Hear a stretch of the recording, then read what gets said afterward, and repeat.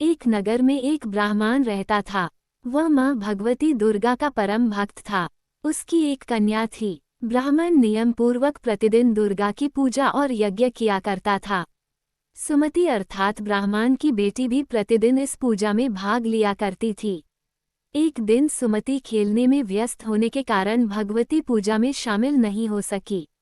ये देख उसके पिता को क्रोध आ गया और क्रोधवश उसके पिता ने कहा कि वो उसका विवाह किसी दरिद्र और कोढ़ी से करेगा।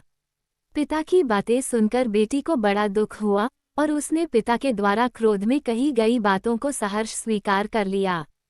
कई बार प्रयास करने से भी भाग्य का लिखा नहीं बदलता है। अपनी बात के अनुसार उसके पिता ने अपनी कन्या का विवाह एक कोढ़ी के साथ कर दिया। सुमति अपने पति के साथ विवाह कर चली गई। उसके पति का घर न होने के कारण उसे वन में घास के आसन पर रात बड़े कष्ट में बितानी पड़ी।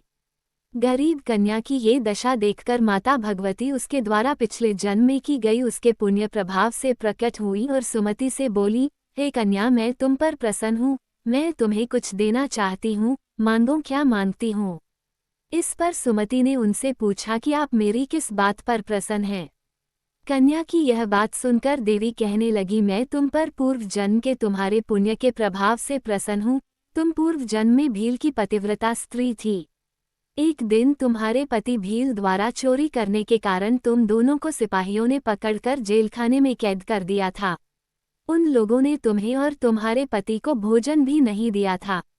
इस प्रकार नवरात्र के दिनों में तुमने न तो कुछ खाया और न ही जल पिया, इसलिए 9 दिन तक नवरात्र व्रत का फल तुम्हें प्राप्त हुआ। हे ब्राह्मणी, उन दिनों अनजाने में जो व्रत हुआ, उस व्रत के प्रभाव से प्रसन्न होकर आज मैं तुम्हें मनोवांछित वरदान दे रही हूँ। कन्या बोली कि अगर आप मुझ पर प्रसन्न हैं तो कृपा करके मेरे पति का कोढ़ दूर कर दीजिए। माता ने कन्या की यह इच्छा शीघ्र पूरी कर दी। उसके पति का शरीर माता भगवती की कृपा से रोगहीन हो।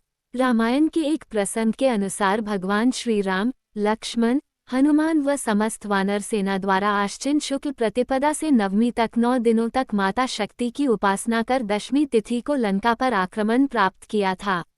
इस तरह नवरात्रों में माता दुर्गा की पूजा करने की प्रथा के पीछे कई कथाएं प्रचलित हैं, जिसके बाद से ही नवरात्रि का पर्व आरंभ हुआ और माता दुर्गा की पूजा होने लगी।